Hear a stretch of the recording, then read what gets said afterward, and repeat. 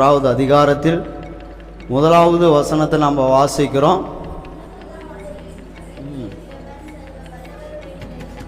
ஆமா, உன்னதமானவரின் மறைவில் இருக்கிறவன் சர்வ வல்லவருடைய நிழலில் தங்குவான். அப்போ உன்னதமானவர் யாருன்னு கேட்டிங்கன்னா நம்ம ஏசப்பா தான். அவருடைய மறைவுக்குள்ள நாம் தங்குகிறவர்கள் பாக்கியவான்கள். அல்லேலூயா. ஒரு மறைவு இருக்கணும். நம்ம படுத்து தூங்கணும்னா ஒரு மறைவு இருக்கணும். ஒரு வீடு கட்டி அந்த மறைவுக்குள்ளே நாம் படுத்து தூங்கும்போது தான் ஒரு நிம்மதியான ஒரு தூக்கம் நம்ம தூங்க முடியும். ரோட்லேயோ காலி சைட்லேயோ நம்ம போய் படுத்து தூங்கணும்னு நினச்சாலும் நம்மளால் என்ன செய்ய முடியாது, தூங்க முடியாது. ஒரு மறைவு நமக்கு இருக்கணும். அல்லேலூயா. அதே போல் நம்முடைய ஆவிக்குரிய வாழ்க்கையில் ஒரு மறைவு இருக்கணும். அந்த மறைவு யாருன்னு கேட்டிங்கன்னா ஏசப்பா தான். அல்லேலூயா. பாருங்க, இந்த ஆதாமும் ஏவாளும் என்ன செய்கிறாங்கன்னா, கர்த்தருடைய மறைவுக்குள்ள இருந்தபடியினால் அவர்களுக்குள்ள இருந்த நிர்வாணம் அவர்களுக்கு தெரியல. ஆனால் கர்த்தருடைய மறைவை விட்டு என்னைக்கு போனார்களோ அவங்களுக்கு நிர்வாணம் தெரிந்து அவர்கள் ஒரு மறைவை தேடி ஓடினார்கள். ஒரு ஜீவ விருட்சத்துக்கு பின்னாடி போய் என்ன செய்து கொண்டார்கள், தங்களை ஒளித்து கொண்டார்கள். நீங்க வாசித்து பார்ப்பீங்கன்னா ஆதியாகமம் 3வது அதிகாரம் 8வது வசனத்தில் நீங்க வாசிப்பீர்களானால் அவர்கள் விருட்சத்துக்கு பின்னாலே ஒளிந்து கொண்டார்கள் என்று சொல்லி வேதம் சொல்லுகிறது. அப்போ கர்த்தரை விட்ட மறைவாய் இருக்க வேண்டும் என்று சொல்லி கர்த்தர் நமக்கு கற்றுக் கொடுக்கிறார். ஆனால் அநேக கர்த்தரை விட்டு மறைந்து கொள்ளுகிறார்கள். அல்லேலூயா. வாசிங்க. குளிர்ச்சியான வேளையில சத்தத்தை கேட்டார்கள்.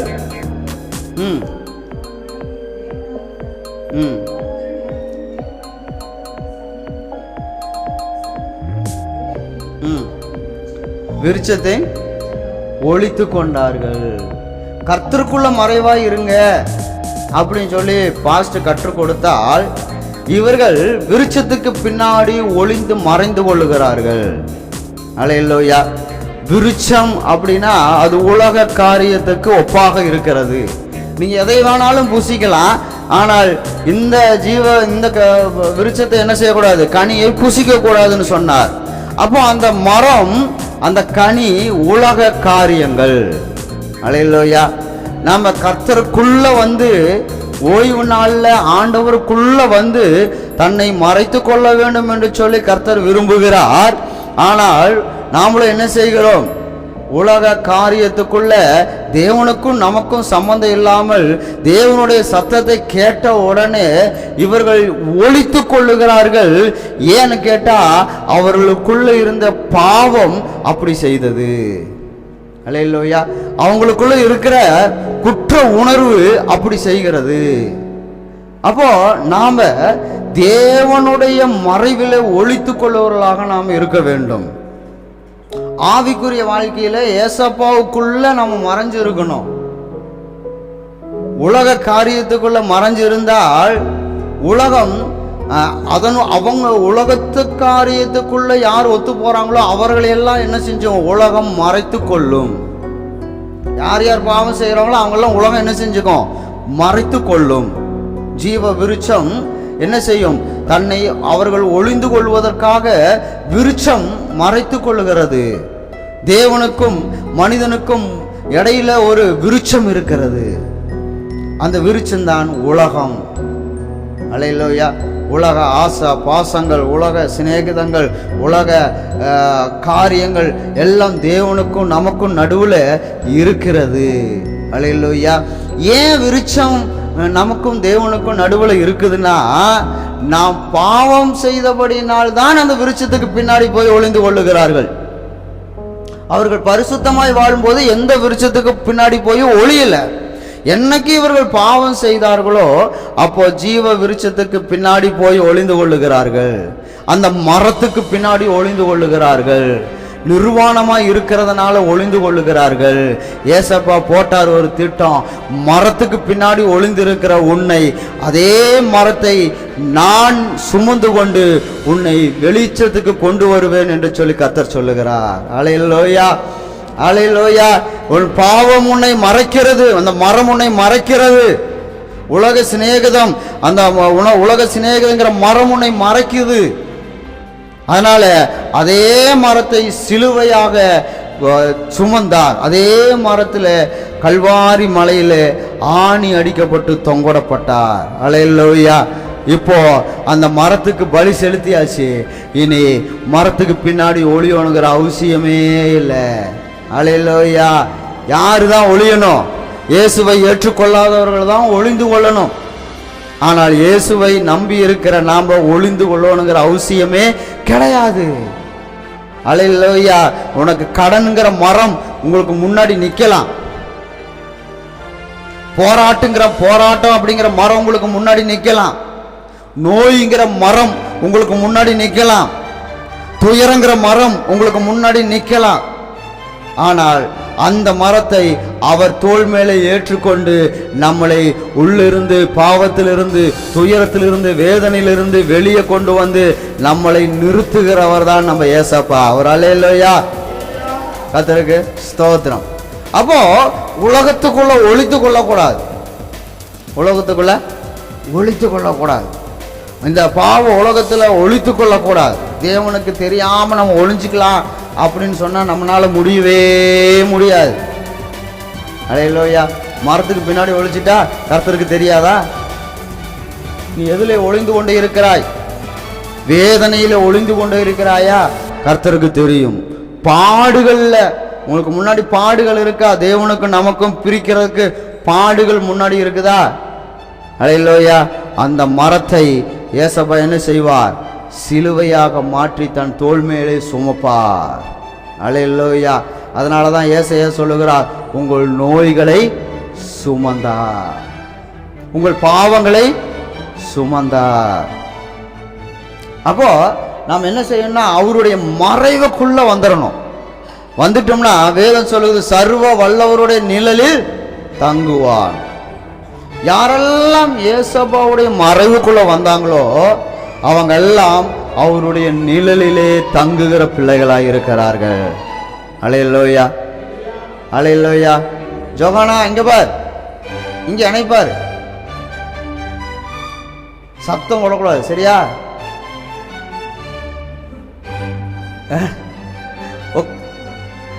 உட்கார்ந்து எழுது, இல்லைன்னா படுத்து தூங்கு.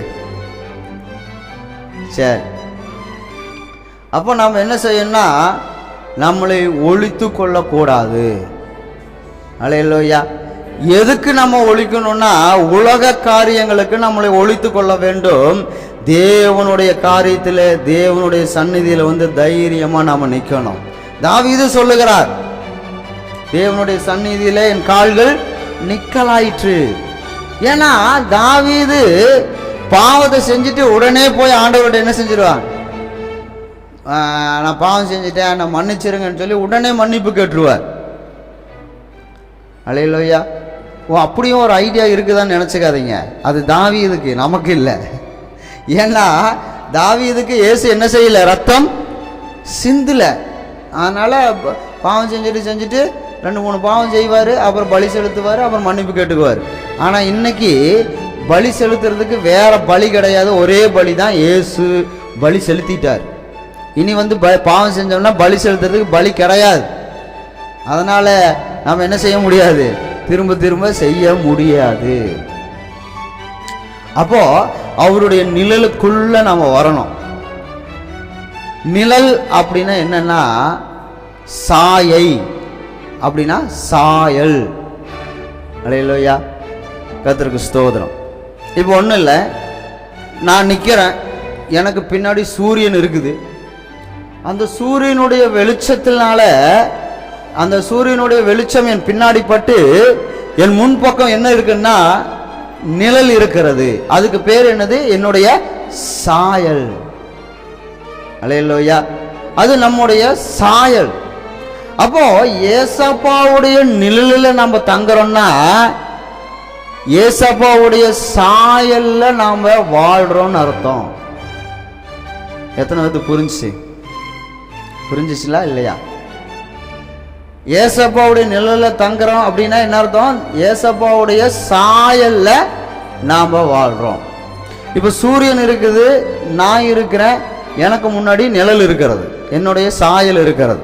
இப்ப பிதா இருக்கிறார், இயேசு இருக்கிறார், அவருடைய அவருடைய வெளிச்சம் இயேசுவின் மேல் பட்டு இயேசுவினுடைய சாயல் இப்ப யார் மேல படுது? யார் மேல படுது? நாம மேல படுது. அப்போ அவருடைய சாயல்ல நாம இருக்கிற நாம பாக்கியவான்கள்.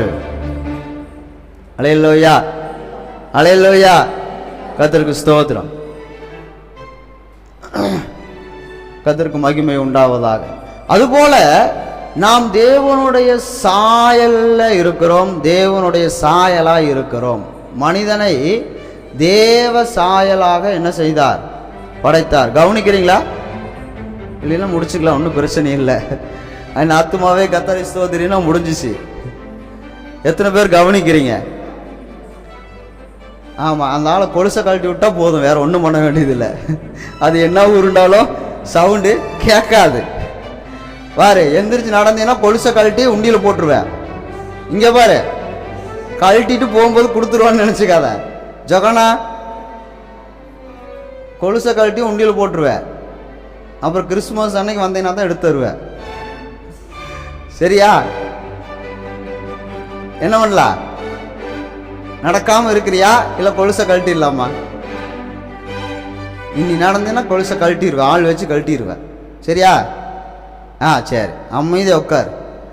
ஸ்பீடா மண்டையாட்டுது, என்ன பண்ணுவதோ தெரியல.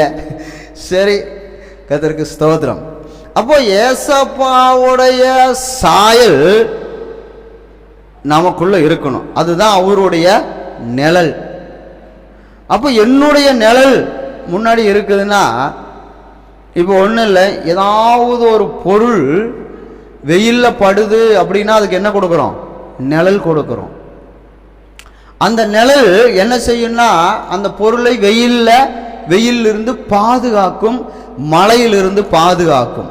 அப்போ ஏசப்பாவுடைய நிழல் அப்படின்னா அவருடைய நிழல்ல நாம தங்குற நாம என்ன செய்யறோம்? அவருடைய பாதுகாப்புல இருக்கிறோம். அதனாலதான் சங்கீதம் 91 முழுசும் படிச்சு பார்த்தா என்னவா தான் இருக்கு? எல்லாம் பாதுகாப்பாவே இருக்குது. அல்லேலூயா. என்னென்ன பாதுகாப்பு வேணுமோ அத்தனை பாதுகாப்பும் நமக்கு தேவன் செய்கிறார். நாம் யாருடைய நிலையில இருக்கணும்? சர்வ வல்லவருடைய நிலையில தங்கணும். ஒரு பயங்கரமான வெயில், டூ வீலரில் போனோன்னு ஒரு மரம் இருக்கு, அந்த மரத்துக்கு அடியே அந்த நிழல்ல போகிற ஸ்பீடிலே போனோம்னா அதனால ஏதாவது நமக்கு பலன் கிடைக்குமா? அப்போ என்ன செய்யணும்? கொஞ்ச நேரம் அந்த நிழல்ல தங்கணும். அப்போ தான் கொஞ்சம் உடம்புக்கு கொஞ்சம் எனர்ஜி கிடைக்கும், கொஞ்சம் ஆக்சிஜன் கிடைக்கும். அப்புறம் மூச்சு வாங்கிட்டு அப்புறம் கொஞ்சம் நேரம் தங்கிட்டு இளைப்பாறிட்டு நம்ம போகலாம். தங்காமல் நம்ம போயிட்டே இருந்தோம்னா அந்த நிழல் நம்ம மேலே படும், ஆனால் ஒன்றுக்கும் பிரயோஜனம் இருக்காது. அல்லேலூயா, அல்லேலூயா. அதே போல நாம டெய்லியும் ஏசப்பாவுடைய நிழலில் தங்கணும். ஆமாவா இல்லைங்களா? இதோ ஞாயிற்றுக்கிழமை ஆராதனைக்கு வந்துட்டோம், அப்படியே வந்துட்டு ஞாயிற்றுக்கிழமை வந்தோம் போனோம். இதனால் ஏதாவது பிரயோஜனம் இருக்கான்னு கேட்டால், அப்போ டெய்லியும் என்ன செய்யணும்? ஏசப்பாவை எந்திரிச்ச உடனே அவருடைய நிழலில் கொஞ்ச நேரம் உட்காந்துட்டு போகணும். உலகம் போனால் வெயில், ஆனால் ஏசப்பாவுடைய நிழலில் கொஞ்சம் இளைப்பாறிட்டு போகணும். அவருடைய நிழல், அவருடைய சாயல், நிழல் தெரியுது. யாருடைய சாயல்? பிதாவாகிய தேவனுடைய சாயல். அல்லேலூயா. சர்வ வல்லவருடைய சாயலுங்க அது. அங்கே நம்ம நின்று இளைப்பாடுறோம், தங்குறோம்னா எவ்வளோ பெரிய பாதுகாப்பு நமக்கு இருக்கிறது. அல்லேலூயா. பூமியே இருண்டு போனாலும் அவருடைய நிழல்ல வெளிச்சம் இருக்கும். பூமியே அழிந்து போனாலும் அவருடைய நிழலில் வெளிச்சம் இருக்கும், அவருடைய நிழலில் பாதுகாப்பு இருக்கும். அந்த நிழலுக்குள்ள இருந்துட்டா பிசாசு ஏசப்பாவுடைய நிழலுக்குள்ள வர முடியுமா? வர முடியுமா? முடியாது. அப்ப பிசாசு வர முடியாத ஒரு இடம் இருக்குன்னா அது ஏசப்பாவுடைய நிழல். அந்த நிழல்ல நம்ம தங்கிட்டோம்னா அப்புறம் என்ன, நமக்கு என்ன செய்யணும்? தங்கணும். இல்லைன்னா அந்த நிழல்ல இருக்கிற பாதுகாப்பு நமக்கு கிடைக்காது. அதே போல ஒரு ஒரு ஒரு கோழி முட்டை இடுதுன்னு வச்சுக்கோமே, அந்த கோழி முட்டையிடுற அந்த முட்டை அந்த கோழியினுடைய நிழல்ல என்ன செய்யணும்னா தங்கணும். தங்குனா தான் அது கோழி குஞ்சாக மாறி வெளியே வரும். கோழி மாதிரியே இருக்கும். என்ன செஞ்சா தான்? தங்குனா தான். கடைக்கு போயிட்டா ஆம்லெட் ஆயிரும். அல்லேலூயா. எங்க தங்கணும்? கோழி கடியில கோழி அது மேல படுத்து இருக்கணும். அதனுடைய நிழல்ல எத்தனை நாளைக்கு இருக்கணும்? 22 நாளைக்கு. 22 22 நாள். 22 நாள் கோழிக்கடிய நிழல்ல அந்த செட்டையின் கீழே அடங்கி ஒடுங்கி அந்த முட்டை இருந்தால் மட்டுமே அதனுடைய சாயலை பெற்றுக்கொண்டு குஞ்சாக வெளியே வரும். அல்லேலூயா. கர்த்தருக்கு ஸ்தோத்திரம். இல்லைன்னா குஞ்சு என்ன செய்யாது? வெளியே வராது. அதனுடைய நிழல்ல தங்கணும், அப்போதான் குஞ்சா வரும். அதுக்கப்புறம் அதனுடைய செட்டையில அடைக்கலமா இருக்கணும், அப்பதான் அது பெரிய கோழியா மாறும். ஆமாவா இல்லைங்களா? பிராயர் கோழி வேற, அது வேற, அது கணக்குல சேர்த்தக்கூடாது. ஏசப்பா படைச்ச கோழி தான் நான் சொல்றேன். பிராயர் கோழில யார் கண்டுபிடிச்சது? மனுஷன் கண்டுபிடிச்சது. ஆனா நாட்டுக்கோழி அதுவும் பிராயர்ல இருக்கு, அதை விட்டுருங்க. ஒரிஜினல் நாட்டுக்கோழி யாரு படைச்சது? ஏசப்பா உண்டாக்கு. அதை பத்தி தான் நாம பேசுறோம்.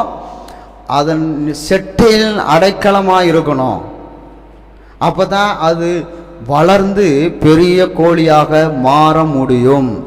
அதே போல ஏசப்பாவுடைய நிழல்ல நாம தங்கி இருக்கிற வரைக்கும் நமக்கு பாதுகாப்பு. மஞ்சக்கரு குஞ்சா மாறும், இல்லைன்னா என்ன ஆகாது? மாறாது.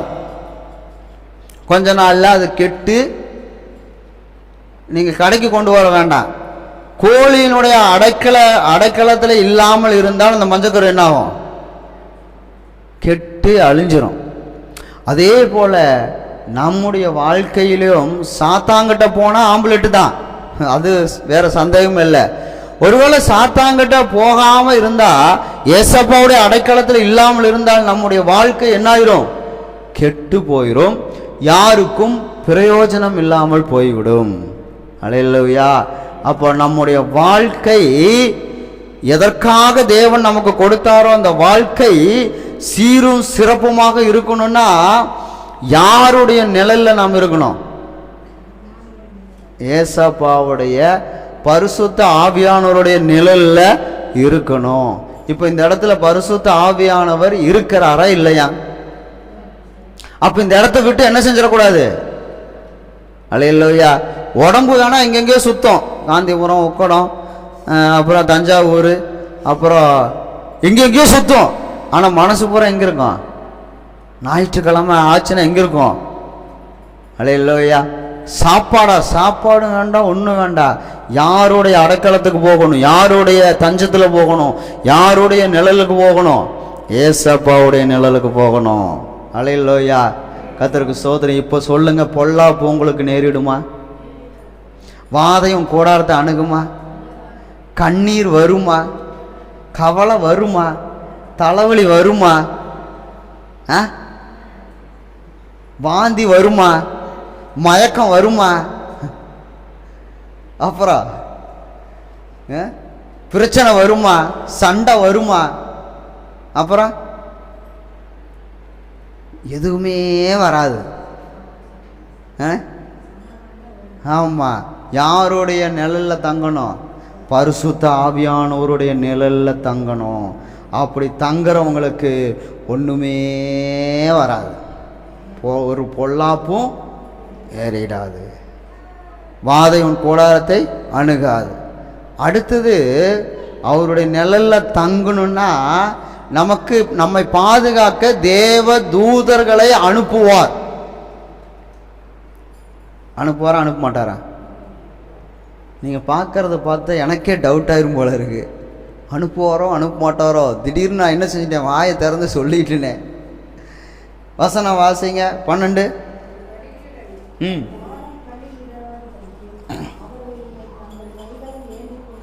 போவார்கள், உன் வழிகள் எல்லாம் உன்னை காக்கும்படி உனக்காக தம்முடைய தூதர்களுக்கு கட்டளை கொடுப்பாரு. மேரி அக்கா ரோட்ல போறாங்க, எந்த ஆபத்தும் வந்துடக்கூடாது. உடனே ஏசப்பா சொல்லுவார், தேவ தூதருக்கு கட்டளை எடுப்பார், மகன் என்ன செய்யறாங்க, இந்த மாதிரி ஒரு இடத்துக்கு வேலைக்கு போறாங்க, பாதுகாப்பு வேணும், ஓடு, உடனே ஓடு அப்படின்னு சொன்ன உடனே ஏசப்பா என்ன செஞ்சிருவாரு, இறங்கி வருவார். ஆனா எங்க இருக்கணும்? அவருடைய அடைக்கலத்தில் இருக்கணும், அவருடைய நிழல்ல இருக்கணும். பாருங்க, ஏசப்பாவுடைய நிழல் பட்டு, சீசர்களுடைய நிழல் பட்டு அநேகர் என்ன செஞ்சாங்க, சுகம் அடைந்தார்கள். சீசர்களுடைய நிழல் பட்டு சுகம் அடைஞ்சாங்க. ஆனா அது உண்மையா சீசர்களுடைய நிழல் இல்லை. யாருடைய நிழல்? ஆவியானவர், பரிசுத்த ஆவியானவர் சீசர்களுக்குள்ள இருந்ததனால அந்த நிழல் வெளியே பட்ட உடனே அந்த நிழல்ல வந்துட்டு போனவங்க எல்லாம் சுகம் பெற்றார்கள். அல்லேலூயா. நம்முடைய நிழல் பட்டு யாருக்கும் சுகம் வராது. ஆனா எனக்குள்ள இருக்கிற பரிசுத்த ஆவியானவருடைய நிழல் பட்டுச்சுன்னா அநேகர் சுகம் அடைவார்கள், அநேகர் பிரயோஜனம் அடைவார்கள், அநேகர் ஆறுதல் அடைவார்கள். ஏ அப்பா, எவ்வளவு வெயில், இந்த மரமாவது இருந்துச்சே அப்படின்னு ஒரு ஆறுதல். அதே போல நமக்குள்ள ஏசப்பா இருந்தாருன்னா நம்முடைய நிழல்ல இருக்கிறவங்களுக்கு என்ன கிடைக்கும்? சொல்ல மாட்டேங்கிறீங்க. என்ன கிடைக்கும்? ஆறுதல் கிடைக்கும். அப்பாடா, கொஞ்சம் நிம்மதியா இருக்கேன், கொஞ்சம் நிம்மதியா இருக்கேன். அப்போ அடுத்து ஸ்தோத்திரம், அவருடைய சாயல். அடுத்தது சாயல், நிழல் அப்படின்னா பிரதிபிம்பம் அப்படின்னு அர்த்தம். நிழல்னா பிரதிபலிக்கிறது. அங்க ஒரு வெளிச்சம், மேல வானத்துல பட்டாசு விடுறான், அங்க எங்கேயோ பட்டாசு விடுறான், இங்க நாம இருக்கிற இடத்துல என்ன செய்யுது, அந்த வெளிச்சம் பிரதிபலிக்கிறது. எக்கோ அப்படின்னு சொல்லுவாங்க. நான் பேசி முடிச்சிட்டுனா இப்போ ஒன்றும் இல்லை, மிக்சரில் எக்கோ வாய்ஸ் வச்சுன்னு வச்சுங்களேன், இப்போ அல்லேலூயா அப்படின்னு சொல்லிட்டு நான் நிறுத்திட்டுனா அது 2 தடவை 3 தடவை அல்லேலூயா அல்லேலூயா அல்லேலூயான்னு சவுண்டு வரும். பார்த்துருக்கிறீங்களா? அதுக்கு பேரு தான் நிழல். அந்த எக்கோ, அந்த பிரதிபலிக்கிறது. அதே போல ஏசப்பா என்ன செய்யறாருன்னா தேவனை பிரதிபலித்தார். அல்லேலூயா, தேவனை பிரதிபலித்தார். என்னதான் சூரியன் பூமி மேல பட்டு அந்த பக்கம் இருட்டா இருந்தாலும் சூரியனை பூமி பிரதிபலிக்க முடியாது. முடியுமா? ஆனா பிதாவாகிய தேவன் இயேசு கிறிஸ்து நின்றுகிறாரு, அவர் மூலியமாய் இந்த பக்கம் பிரதிபலிக்கிறார். எந்த மனிதனையும் பிரகாசிப்பிக்கிற மெய்யான ஒளி அப்படின்னு சொல்லி பிரதிபலிக்கிறார். அல்லேலூயா. அப்போ அந்த ரிப்பீட் ஆகிறது, போயிட்டு திரும்பி வர்றது, அதுதான் நிழல். நம்முடைய வாழ்க்கையில ஏசப்பாவுடைய நிழல்ல நாம் இருந்துட்டோன்னா நாம் கலங்கணுங்கிற அவசியமே கிடையாது, வேதனைப்படணுங்கிற அவசியமே, வியாதியிலேயே கடக்கணுங்கிற அவசியமே, அப்புறம் கடன் பிரச்சனையே, காலம் பூரா கடன் பிரச்சனையே தான். அந்த காலத்துல எல்லாம் எங்கள் அப்பாவுக்கு முன்னாடி வாழ்ந்தவங்கெல்லாம் சொத்துக்களை நிறைய சேர்த்து வச்சுட்டே போனாங்க. ஆமாவா இல்லையா? நாம் இனத்தை சேர்த்துறோன்னு பார்த்தா இனத்தை சேர்த்துறோம், இருக்கிறத விற்று எப்படியாவது இந்த கடனை அடைச்சிடணும். யார் சேர்த்தி வச்சது? நாம் இனத்தை சேர்த்தி வச்சா, கடனை சேர்த்தி வச்சான். எப்படியாவது பங்கு வரும், பாகம் வரும், விற்று செலவு பண்ணிடணும், கடன் அடைச்சிடணும். அல்லேலூயா. அப்படின்னு தான் நம்முடைய பிளானு. ஆமாவா? அவங்க நினச்சிட்டு இருக்கிறாங்க, இப்போ தான் விற்கலான்னு நினச்சேன், அதுக்குள்ளே பாஸ்ட் சொல்லிட்டாரா, எங்கண்டி போய் விற்கிறது? அல்லேலூயா. முன்னோர்கள் அப்படி வாழ்ந்தாங்க. இன்னைக்கு நம்மளால அப்படி வாழ முடியுமா? முடியாது. எத்தனை பேர் முடியாதுன்னு சொல்கிறீங்க? மேரி அக்கா முடியாதுன்னு சொல்லிட்டாங்க. அடுத்தது பிரேமா என்ன சொல்லலான்னு தெரியல. இவர் என்ன சொன்னாலும் அதுக்கு பிரின்சி முடியாதுங்க பாஸ்டர்.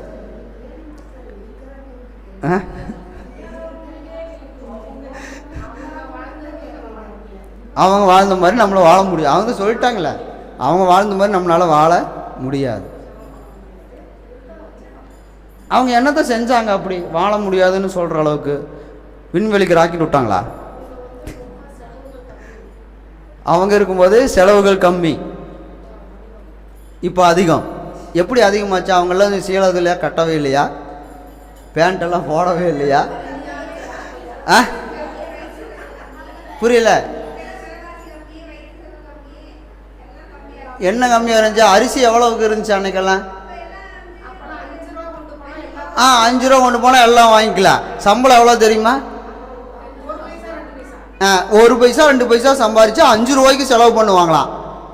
எப்படி பண்ண முடியும்? இன்னைக்கு 500 ரூபா 1000 ரூபா செலவு பண்ணுறோம். 500 ரூபா செலவு பண்ணுறோம். சந்தைக்கு போனால் எவ்வளோ ஒரு நாளைக்கு சம்பளம்? ஏங்க டபுள் மடங்காக தாங்க சம்பாதிக்கிறோம். அன்னைக்கு 5 ரூபா செலவு 10 ரூபா சம்பாதிக்கலானா எத்தனை பைசா தான் சம்பாதிச்சாங்க? 2 பைசா தான் சம்பாதிச்சாங்க. ஆனால் செலவு 5 ரூபா. 10 ரூபா சம்பாதிச்சு 5 ரூபா செலவு பண்ணால் இன்னைக்கு அன்னைக்கு ஈக்குவல் பண்ணிக்கலாம். இன்னைக்கு 500 ரூபா 1000 ரூபா சம்பாதிக்கும். 1000 ரூபாங்கிற சம்பளமே நிறைய இடத்துல கிடையாது. எல்லாம் 1000 1200 தான். அப்படி தானே இருக்கு. என்ன பேச மாட்டேங்கிறீங்க?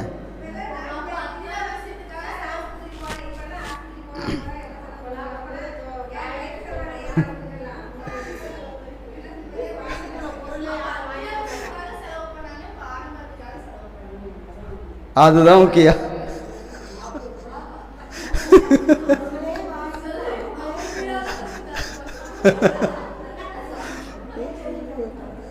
ஆமா,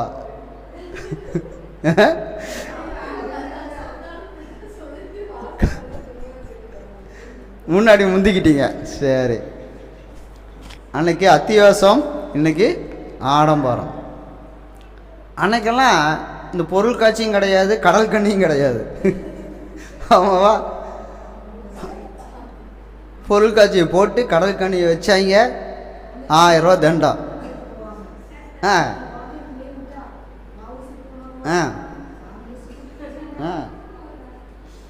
அப்படி ஆயிடுச்சு. கர்த்தருக்கு ஸ்தோத்திரம். அன்னைக்கு நாங்கள்லாம் ஸ்கூலில் கொடுப்பாங்களே ட்ரெஸ்ஸு, அதுதான் எங்களுக்கு புது ட்ரெஸ்ஸு. வருஷத்துக்கு ஒரு தடவை ஸ்கூலில் தருவாங்க. அது கிழிஞ்சிருந்தாலும் சரி, தையல் விட்டுருந்தாலும் சரி, அதுதான் எங்களுக்கு புது ட்ரெஸ். ஆனால் இன்னைக்கு பிரின்சி சொன்ன மாதிரி எத்தனை புது ட்ரெஸ் இருக்குது, ஜொகோனாவுக்கு எத்தனை இருக்குன்னு அவங்க தான் கேட்கணும்.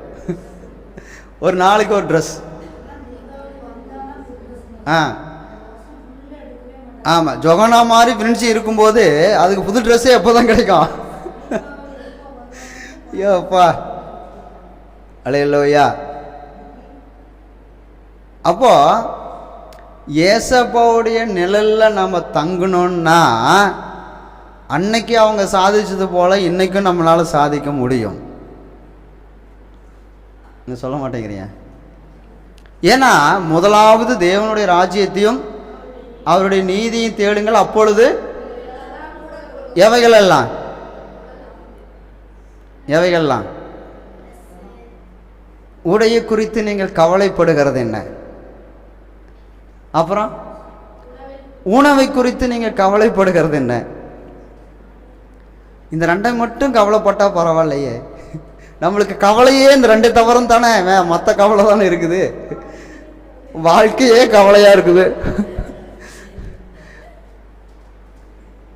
உழவு ஓட்டலாம் போல இருக்கு எல்லா கவலையும் வச்சு.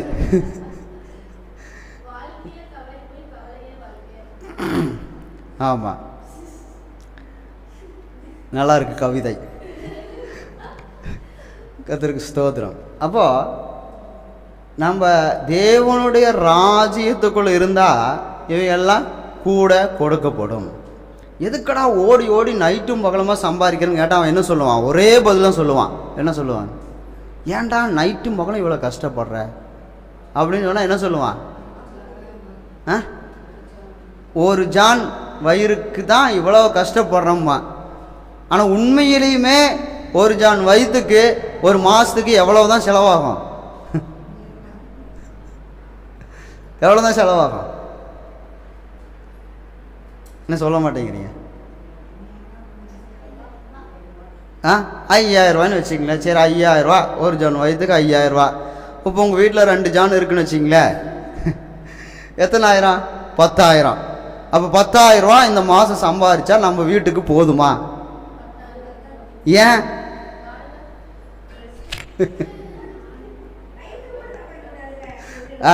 அப்போ நம்ம சொல்றது பொய் தானே சொல்றோம். இந்த வயிற்றுக்கு தான் இவ்வளோ கஷ்டப்படுறோன்னு சொல்றது பொய் தானே, பார்த்தீங்களா? ஆனா நம்மளுக்கு தேவையான செலவுக்கு மட்டும் சம்பாதிச்சோம்னா இவ்வளோ கஷ்டப்பட வேண்டியதில்லை.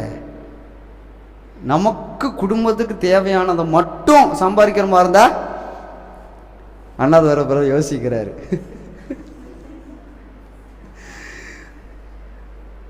பெட்ரோல் செலவு அது நமக்குன்னா பரவாயில்ல. ஆனால்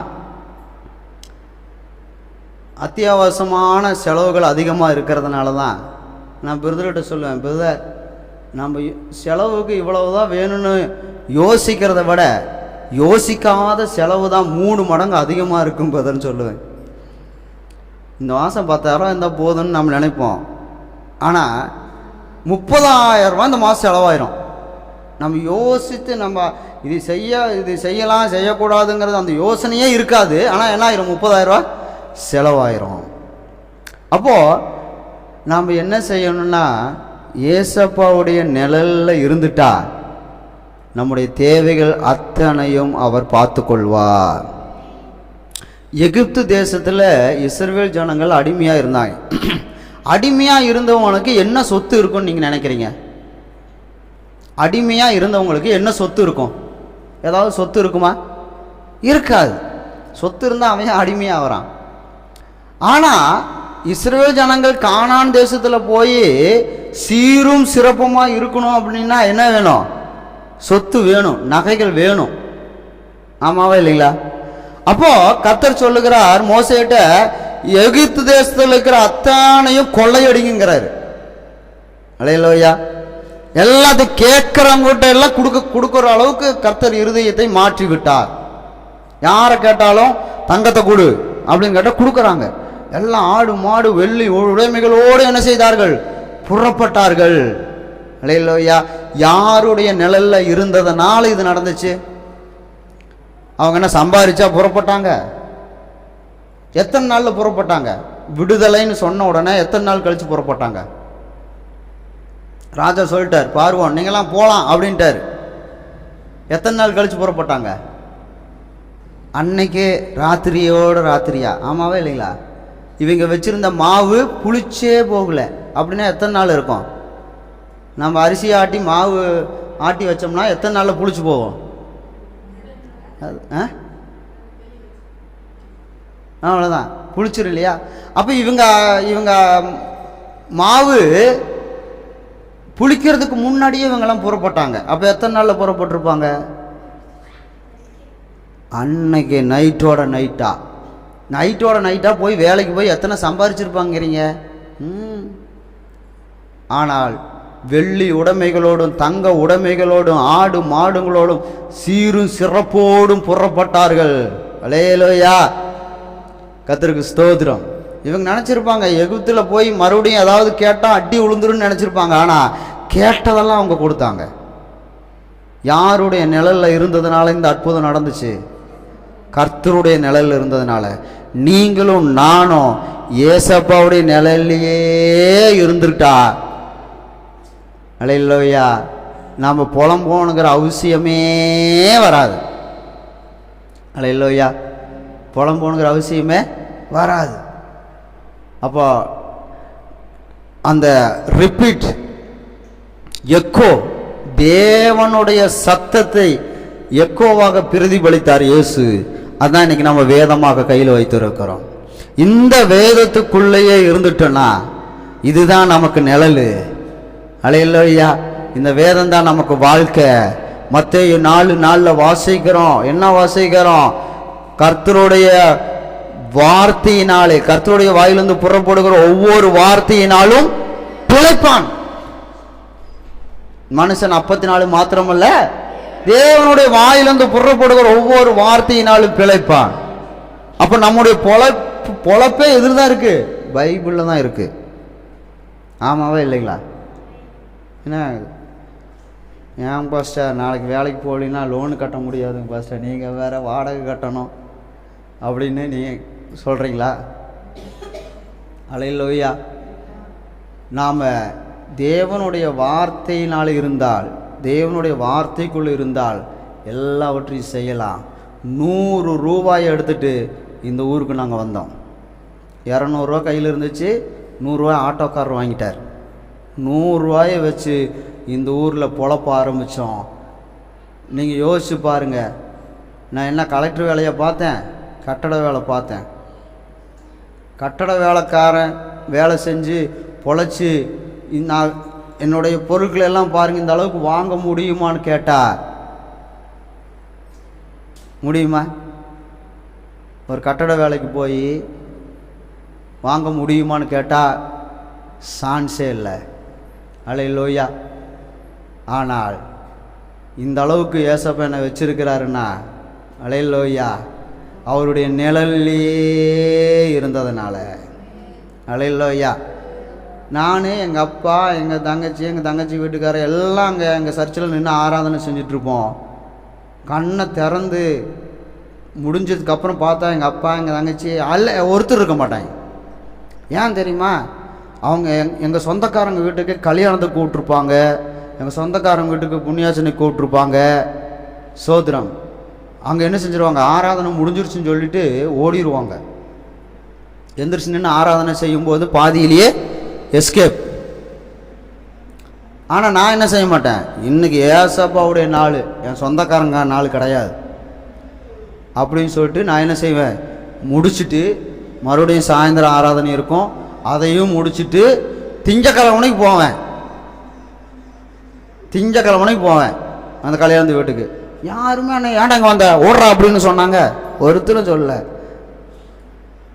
என்ன மிஞ்சி போனால் ஏன்னா நேற்று வரலன்னு கேட்பாங்க.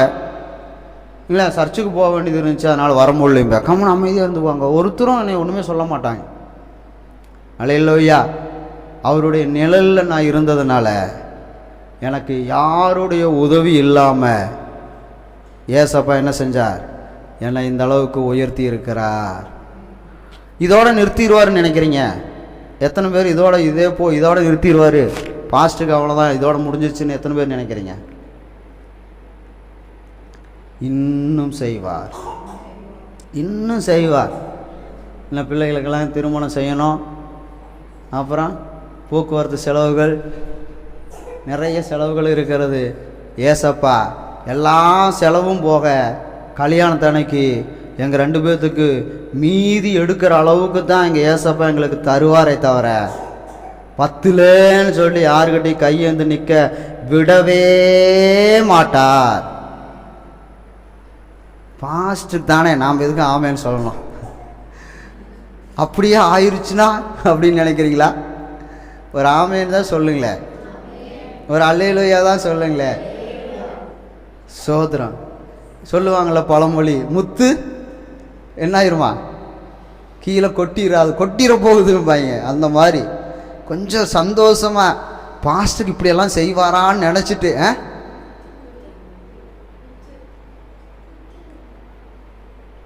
அப்போ ஒரு குத்து விட்டா ஒரு முத்து விழுந்துருமா அப்படின்னு சொல்லுவாங்க. கர்த்தருக்கு ஸ்தோத்திரம். ஏசப்பா எனக்கு மட்டும் ஏசப்பாவா? இதில் உங்கள் பேர் என்னன்னு தெரியல, எனக்கு ரொம்ப நாளாக பார்க்குறேன்னு பேர் கண்டு தெரியல. மார்ட்டின். இப்போ எனக்கு மட்டும்தான் ஏசப்பாவா? மார்ட்டின் பிரதருக்கு ஏசப்பா இல்லையா? எல்லாத்துக்கும் ஏசப்பா தானே. அப்போ எனக்கு மட்டும் செய்ய மாட்டார், எல்லாத்துக்கும் செய்வார். அல்லேலூயா. செய்வார்னா செய்வார், அவ்வளோதான். எங்க செய்வார், எப்படி செய்வார், ஏன் செய்வார், எதுக்கு செய்வார்னு யாருக்கும் தெரியாது. அவர் செய்கிறது அவருக்கு மட்டும்தான் தெரியும். அல்லேலூயா. கர்த்தர் செய்கிற தேவனாய் இருக்கிறார். அவருடைய நிழல்ல அவருடைய ராஜ்யத்துக்குள்ள இருந்தால் இவையெல்லாம் கூட கொடுப்பார். யாருக்கு? இருக்கிறவங்களுக்கு. நாம் என்ன செய்வோம்னா அவங்களுக்கு அப்படிமோ. ஏசவா சொல்லுவார், நீ தானே இருக்கிற, உனக்கு தான். அவங்களுக்கெல்லாம் அவங்கள வர சொல்லு, நான் தருவேன் அப்படின்பார். அல்லேலூயா. அம்மாவும் பிள்ளையுமா இருந்தாலுமே வாயும் வயிறும் வேற வேற தானே. அப்போ இங்க வந்தவங்களுக்கு விருந்துக்கு வந்தவங்களுக்கு தான் சாப்பாடு கொடுக்க முடியும். வராதவங்களுக்கு அப்படின்னா எங்காவது சாப்பாடு கிடைக்குமா? ஒரு கல்யாணத்துக்கு போகிறோம், சாப்பிட்றோம், எனக்கு சாப்பாடு எல்லாத்துக்கும் சாப்பாடு போட்டாச்சு, நாம் சாப்பிட்டோம், போனவங்க சாப்பிட்டாச்சு. போகாதவங்களுக்கு அப்படின்னா நம்மளுக்கு சாப்பாடு கிடைக்குமா? கிடைக்காது. அதே போல தான் ஏசப்பாவும் அப்படி தான் சொல்லுவார். ஏசப்பாவுடைய ராஜ்யத்துக்குள்ள வந்தவங்களுக்கு சாப்பாடு, ஆசீர்வாதம், பலன், சுகம், சந்தோஷம், சமாதானம், நிம்மதி எல்லாத்தையும் கொடுத்துருவார். அல்லேலூயா. அப்போ நம்ம எங்கே வரணும்? அடுத்தது நிழல்னா அச்சு அப்படின்னு அர்த்தம். அச்சுனா அச்சு இயந்திரத்துக்குள்ள ஆ இருக்கும், அதை கொண்டு வந்து பேப்பரில் வச்சா என்ன விழுகும்? ஈ விழுகுமா? என்ன விழுகும்? ஆ தான் விழுகும். அப்போ கர்த்தருடைய வெளிச்சம் இயேசுவின் மேல் பட்டு அங்க என்ன விழுகும்? அச்சு தானே. என்ன இருக்கோ அதுதானே விழுகும். அச்சு அசலா அவங்க அப்பா மாதிரியே இருக்கிறான், சொல்றேன் இல்லையா? அச்சு அசலா அவங்க அம்மா மாதிரியே இருக்கான். அச்சு அசலா எப்படி இருக்கான்? பேய் மாதிரியே இருக்கான். என்னடா பேய், அப்படியே பேய் மாதிரியே இருக்கிற. எப்போ தெரியுமா? லேடிஸுக்கெல்லாம் சில நேரம் பார்த்தீங்கன்னா பேய் மாதிரியே இருப்பாங்க. எப்போ தெரியுமா? வீட்டில் இருக்கும்போதோ இல்லை முடிய பின்னாமல் இருக்கும்போதோ அப்பெல்லாம் எப்படி தான் இருப்பாங்க? நார்மலாக தாங்க. எப்போ பேய் மாதிரி தெரியும் அவங்கள பார்த்தா? பார்த்து கரெக்டாக வெளியே கிளம்பி போகும்போது தான் அவங்கள பார்த்தா எப்படி இருக்கும்? பூசி என்ன செய்யணும்? போட்டு என்னமோ இந்த பான்ஸ் பவுடரை பற்றி தான் நான் நேற்று யூடியூப்பில் பார்த்தேன். அவன் தயாரிக்கிறத பார்த்தீங்கன்னா பவுடரே பூச மாட்டீங்க நீங்கள். ஆனால் அதுதான் என்ன செய்யுது? நல்ல கம்மன்னு மலக்கு. அல்லேலூயா. கர்த்தருக்கு ஸ்தோத்திரம். அப்போ அச்சு அசலா எப்படி இருக்கணும்? ஏசப்பாவோட நிழல் அச்சு அசலா அப்படியே தேவனை போலவே இருக்குது நிழல். அந்த நிழல்ல வந்துட்டா அல்லேலூயா நமக்கு தோல்வியே கிடையாது. அப்பாடா, எவ்வளோ விசுவாசம்! ஒரு ஆமேன்னு எவ்வளோ ஒரு சந்தோஷமா சொல்றீங்க. ஏன் பாஸ்டர், நானே நூலாகி வந்திருக்கேன், நீங்கள் எதிர்மறையாக பேசுகிறீங்களே, இதெல்லாம் நடக்கிறதுக்கு சாத்தியமா? இதெல்லாம் நடக்கிறதுக்கு வாய்ப்பு இருக்கா? என் வாழ்க்கைக்கு எதிராக தான் நீங்கள் பேசுகிறீங்க. உங்கள் மனசு என்ன செய்யுது? சொல்லுது, எக்கோ இங்கே கேட்குது. நான் வாழ்கிற வாழ்க்கைக்கு நீங்கள் சொல்கிறதுக்கு சம்மந்தமே இல்லைங்க பாஸ்டர். நான் எப்படிங்க பாஸ்டர் நம்புது? அவன் ஆராய்ச்சி பண்ணி மழை வரும்னு சொன்னாலே என்ன வர மாட்டேங்குது, மழை வர மாட்டேங்குது. இன்றைக்கி மழை வெளுத்து வாங்கன்னு போட்டிருக்கான், கனமழை அப்படின்னு போட்டிருக்கான். பார்த்தீங்களா இல்லையா? கனமழை இன்னைக்கு வெளுத்து வாங்க போகுது. இங்கே ஒருத்தருக்கு அப்படியே குழு ஆகுது. அப்பாடா இன்னைக்காவது மழை வருமாட்டு போல தெரியுது. அல்லேலூயா, கர்த்தருக்கு ஸ்தோத்திரம். நடக்காததை சொல்லாதீங்க பாஸ்டர் அப்படின்னு நினைக்கிறீங்களா? இல்லை, இயேசுவால முடியாதது இந்த உலகத்தில் ஒன்றும் கிடையாது. அல்லேலூயா, ஒன்றும் கிடையாது. நான் கல்யாணத்துக்கு முன்னாடி சர்ச்சுக்கு போகிறேன்னு சொல்லிட்டு எங்கள் அப்பாவுக்கும் அம்மாவுக்கும் என் மேலே கோவம். அப்போது ஃபேன் நான் படுக்கிற பெட்ரூமில் ஃபேனு ரிப்பேர் ஆகி போச்சு. எங்கள் அம்மா சொல்லுது, அவனுக்கு ஃபேன் ரெடி பண்ணி கொடுக்காத. அவன் என்ன நாம் சொல்லாமல் சர்ச்சுக்கு போகிறான், நம்மளை அவமதிக்கிறான், எல்லோரும் கேள்வி கேட்குறாங்க. ஏன்னா அவன் மகன் சர்ச்சில் சேர்ந்துட்டானான்னு கேள்வி கேட்குறாங்க. எங்களுக்கு எவ்வளோ அவமானமாக இருக்குது.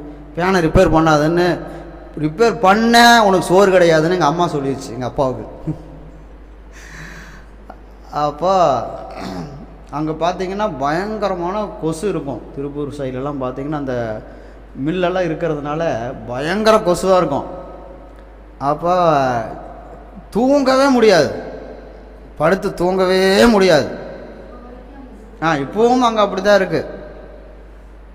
அப்புறம் நான் ஏசப்பாட்ட அங்கங்கே தட்டிகிட்டே கொண்டிருப்பேன். கொசுவத்தையும் வாங்க மாட்டாங்க, கொசுவலையும் இல்லை, தட்டிகிட்டே இருப்பேன். ஏசப்பா நன்றி ஏசப்பான்னு சொன்னேன். என்ன சொன்னேன்? நன்றி ஏசப்பான்னு சொன்னேன். என்ன அதிசயம் நடந்துச்சு தெரியுமா? என்ன நடந்திருக்குன்னு நினைக்கிறீங்க? அல்லேலூயா, போய் சொல்லுங்க, ரிப்பேர் ஆன ஃபேன் அல்லேலூயா எனக்காக ஏசப்பா ஓட வைத்தா. அல்லேலூயா.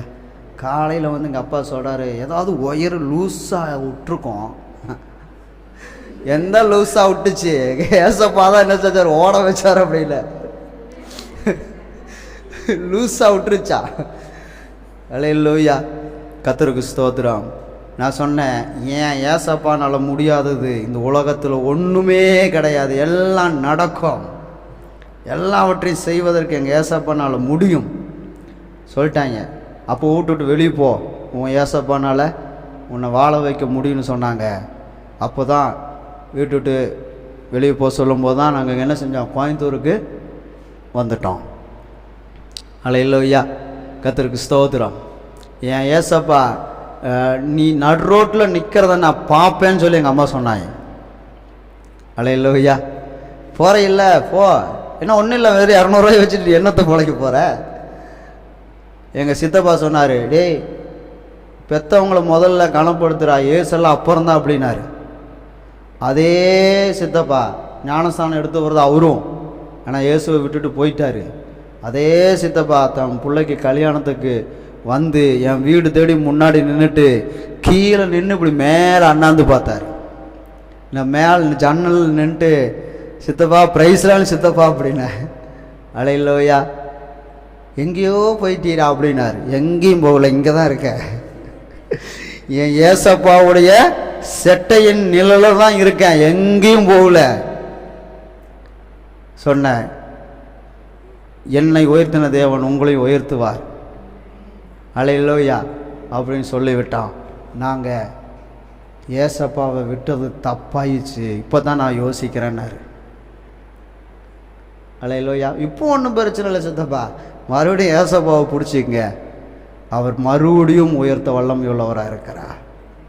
மறுபடியும் ஏசப்பா நம்மளை நேசிக்கிறார். மறுபடியும் நம்மளை ஏசப்பா நடத்துகிற தேவனாக இருக்கிறார். அதனால் நாம் பாருங்கள், அந்த ஒரு வசனத்தையும் இன்னும் பார்த்துட்டு இருக்கிறோம். எப்போ 16 வசனத்தை பார்த்து முடியுறதுன்னு தெரியல. அல்லேலூயா. சங்கீதம் 91 தான் படிச்சிருக்கோம். வேறையா போன வாரம் 3 மட்டும் பார்த்தோம், 3வது வசனத்தை மட்டும் பார்த்தோம். இன்னைக்கு ஒன்றை மட்டும் இன்னும் பார்த்துட்டு இருக்கோம். அல்லேலூயா, கர்த்தருக்கு ஸ்தோத்திரம். ஏசப்பாவுடைய நிழல் வல்லமை உள்ளது. அவ்வளோதானா? ஏசப்பாவுடைய நிழல் பலன் உள்ளது. ஏசப்பாவுடைய நிழல் சுகம் உள்ளது. ஏசப்பாவுடைய நிழல் ஆரோக்கியம் உள்ளது. ஆலமரத்தினுடைய நிழல்ல நிறைய ஆக்சிஜன் கிடைக்குது, நோய்கள் சுகமாகிறது என்று சொல்லுவார்கள். ஆனால் ஏசப்பாவுடைய நிழல் ஆலமரத்தை விட கோடிக்கணக்கான மடங்கு வல்லமையுள்ள நிழல். எவ்வளவு ஆரோக்கியம் இருக்கும் பாருங்க, எவ்வளவு சுகம் இருக்கும் பாருங்க. கர்த்தருக்கு மகிமை உண்டாவதாக. அப்போ அவருடைய நிழலிலே தங்குகிறவன் பாக்கியவான், அவருடைய மறைவில் இருக்கிறவன் பாக்கியவான். விருட்சத்தின் மறைவில் ஆதாம் ஏவாள் இருந்தார்கள். அந்த மரத்தை ஏசப்பா என்ன செஞ்சார்? தகர்த்து போட்டார் சிலுவையிலே. அதே மரத்தில் சிலுவையிலே உனக்காக, ஆதாமே உனக்காக, ஏவாளே உனக்காக, நீ ஒளிஞ்சிருந்த மரத்திலேயே நான் தொங்கி உனக்காக பலியானேன். எதற்காக? நீ நல்லா இருக்கணும், நீ ஆசீர்வாதமாக இருக்கணும், நீ நிம்மதியாக இருக்கணும், நீ அழக்கூடாது. நீ அழுதா எனக்கு தாங்காது. அல்லேலூயா. நீ வேதனைப்பட்டா எனக்கு தாங்காது அப்படின்னு சொல்லிட்டு ஏசப்பா அவருடைய அந்த சிலுவையிலே தொங்குன அந்த நிழல் இன்னைக்கு நம்ம மேலே பட்டு இருக்கிறது. இப்போ நம்ம ஆதாம் போல அந்த விருட்சத்துக்கு முன்னாடி ஒளியில, இப்போ நாம் எந்த விருட்சத்துக்கு முன்னாடி ஒளிஞ்சிருக்கோம்? ஏசப்பா சிலுவையில் தொங்குன அந்த விருட்சத்துக்கு முன்னாடி நாம் ஒளிந்திருக்கிறோம். அப்போ என்ன செஞ்சிடக்கூடாது? போயிடக்கூடாது. கொஞ்சம் தள்ளி நின்றுக்கலான்னு நின்னா, இந்த பக்கம் தள்ளி நின்றுக்கலான்னா தூரமாக போனாலும் நிழல் கிடைக்காது. பக்கத்தில் அவரோட கூட இருக்கணும். யாரெல்லாம் நான் ஏசப்பாவோட நிழலில் தங்கி நான் வாசம் பண்ண போகிறேன் அப்படின்னு சொல்லி நினைக்கிறவங்க மட்டும் எழுந்து நில்லுங்க, உங்களுக்காக நான் ஜெபம் பண்ணுகிறேன். அல்லேலூயா, சோதரம். ஏசப்பா நன்றி செலுத்துகிறேன். எல்லாரும் கண்களை மூடி அல்லேலூயா. நீ ஏசப்பாவுடைய நிழலில் வந்து நின்னீங்கன்னா நீடித்த நாட்களாய் அவனை திருப்தியாக்கி என் ரட்சிப்பை அவனுக்கு காட்டுவேன் என்று சொல்லி இயேசு சொல்லி இருக்கிறார். நீங்க ஏசப்பாவுடைய நிழல்ல நின்னீங்கன்னா நீடித்த நாட்களாய் திருப்தியாய் நீங்கள் நடப்பீர்கள் என்று சொல்லி சங்கீதம் 91:16 வாசிக்கிறோம். அவருடைய நிழல்ல இருந்தீங்கன்னா உங்களுக்கு ரட்சிப்பை காண்பிப்பேன், கட்டளையிடுவேன் என்று சொல்லி கர்த்தர் சொல்லுகிறார். ஒப்பு கொடுக்கிறீங்களா? உங்க பக்கத்துல 1000 பேர் வந்தாலும் சரி, இல்ல 16,000 பேர் வந்தாலும் சரி, நீங்கள் நிற்கிற இடம் அவருடைய நிழல். ஏசப்பாவுடைய நிழல் நிற்கிறீங்க. எவன் என்ன பேசுனாலும் உங்களை அணுகாது. அல்லேலூயா. பொல்லாப்பு உனக்கு வராது, வாதை உன் கூடாரத்தை அணுகாது. அல்லேலூயா. அவன் என்னை நோக்கி கூப்பிடுவான், நான் மறு உத்தரவு அருள் செய்வேன். ஆபத்தில் நான் அவனோடு இருந்து அவனை தப்புவித்து அவனை கனப்படுத்துவேன். யாருடைய நிழல்ல நின்றுட்டு கூப்பிட்டா தேவன் செவி கொடுப்பாருன்னா, ஏசப்பாவுடைய நிழல்ல நின்றுட்டு கூப்பிட்டீங்கன்னா ஏசப்பா உங்களை கேட்பார், உங்களுக்கு எல்லாவற்றையும் செய்வார். நீங்க வாழ்க்கை எவ்வளவு நாள் வேணா வாழலாம், ஆனால் அந்த வாழ்க்கை சந்தோஷமா இருக்குதா அப்படின்னு தான் முக்கியம். சீக்கிரம் எடுத்துக்க ஆண்டவரே, சீக்கிரம் எடுத்துக்குங்க ஆண்டவரேன்னு சொல்லிட்டு அநேக நாட்கள் வாழ்வார்கள். அது வாழ்க்கையே கிடையாது, அது வாழ்க்கையே கிடையாது. நோயிலேயே தீராத வியாதி, அது சீக்கிரம் எடுத்துக்குங்க ஆண்டவரேன்னு அழுவாங்க, ஆனால் நீடித்த நாட்களாக இருப்பாங்க. அப்படி இல்லை, ஆண்டவர் சொல்லுகிறார், நீடித்த நாட்களால் அவனை திருப்தி ஆக்குவேன். ஒரு திருப்தி, ஒரு சந்தோஷம். போது ஆண்டவரை, நான் வாழ்ந்தது ரொம்ப சந்தோஷமா இருக்குது, இன்னும் கொஞ்ச நாளைக்கு வாழலான்னு ஆசையா இருக்குது அப்படின்னு சொல்ற அளவுக்கு தான் நம்முடைய வாழ்க்கையை கர்த்தர் ஆசீர்வதிப்பாரே தவிர நம்முடைய வாழ்க்கையே நமக்கு கசப்பாக இருக்கக்கூடாது. அல்லேலூயா. ஏன் வாழ்கிறேன், சீக்கிரம் போய் சேர்ந்துட்டா நல்லா இருக்குன்னு சொல்கிற அளவுக்கு நம்மளை வாழ வைக்கிற தெய்வம் அல்ல இயேசு. நீங்கள் ஒப்பு கொடுத்தீங்கன்னா, ஏசப்பா உங்களுடைய நிழல்லையே நான் தங்கிக்கிறேன் ஏசப்பா, உங்கள் நிழலில் நான் தஞ்சமாக வந்துடுறேன் ஏசப்பா, உங்கள் நிழலுக்குள்ளேயே நான் இருந்துக்கிறேன் ஏசப்பா, எனக்கு கொஞ்சம் இடம் கொடுங்க ஏசப்பா. கேளுங்க, உம்முடைய நிழலில் கொஞ்சம் இடம் கொடுங்க ஏசப்பா. கோழி முட்டையை அடகாக்கிறது மாதிரி நீரின் அடைக்கலம், அல்லேலூயா, நீரின் அடைக்கலம் என்னை அடகாத்து உம்மை போல என்னை மாத்துங்க ஏசப்பா. உம்முடைய சாயல் எனக்குள்ளே வரட்டும் ஏசப்பா. மனுஷன் ஆதாம் தேவனுடைய சாயலாய் படைக்கப்பட்டான், இழந்து போனான். இன்னைக்கு அவருடைய சாயலாக நான் மாறணும். உம்முடைய அடைகாக்கிற அடைக்கலத்துக்குள்ள என்னை நீங்க கொண்டு வாங்க ஏசப்பா. என்னை நானே ஒப்பு கொடுக்கிறேன் ஏசப்பா, என்னை நானே ஒப்பு கொடுக்கிறேன். ஹல்லேலூயா. சிங்கத்தின் மேல் நடந்து வலு சர்ப்பத்தையும் மிதிப்பார். சிங்கத்தின் மேல் நடந்து வலு சர்ப்பத்தையும் மிதிப்பார். உன் பாதம் கல்லில் இடராதபடி தங்கள் கரங்களில் ஏந்திடுவார். சொல்லுங்க, என் பாதம் கல்லில் ஆதபடி தங்கள் கரங்களில் சேர்ந்திடுவார். அவர் சேட்டையின் கீழ் அடைக்கலம் புகவே தம் சிறகுகளால், ஆமென், சேட்டையின் கீழ் அடைக்கலம் புகவே தம் சிறகுகளால் மூடுவார். அல்லேலூயா. அவர் செட்டையில் அடைக்கலமாய் வந்திருக்கிற உங்களையும் என்னையும் ஏசப்பா அவருடைய சிறகுகளாலே மூடி நம்மளை